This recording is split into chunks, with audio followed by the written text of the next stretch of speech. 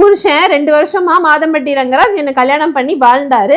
அதே புருஷனை வந்து எத்தனையோ பேர் நான் கல்யாணம் பண்ணும்போது வந்து என்னை வந்து கல்யாணம் பண்ணி வாழ்ந்து நான் வந்து டிபி போடும்போது அப்போதான் நான் பப்ளிக்காக வந்து ஃபர்ஸ்ட் டிபியாக வைக்கிறேன். எல்லாரும் என்னை கேட்குறாங்க கல்யாணம் பண்ணிட்டியா? ஆமா ஆமான்னு சொல்லும்போது பார்த்து பண்ணியிருக்கலாமே.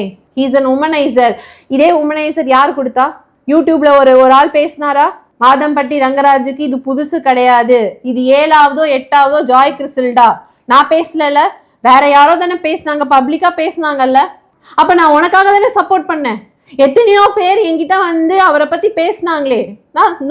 நான் இப்போ சொன்னேன் அவர் என் புருஷன், நான் விட்டு கொடுக்காம தான் பேசினேன். Past is a past. என் கூட அவர் எப்படி இருக்காரு, என் கூட அவர் எப்படி வாழ்க்கை நடத்துறாரு, அது மட்டும்தான் எனக்கு தேவை அப்படின்னு நான் ஒரு ஸ்டாண்ட்ல நின்னேன். ஆனா இன்னைக்கு என்னை எவ்வளோ கார்னர் பண்ணுமோ, என்னை எவ்வளோ அசிங்கப்படுத்துமோ, இன்னைக்கு காலையில காசு கொடுத்து யூடியூப்ல எழுத சொல்லியிருக்காங்க. என்கிட்ட சாட்சி இருக்கு.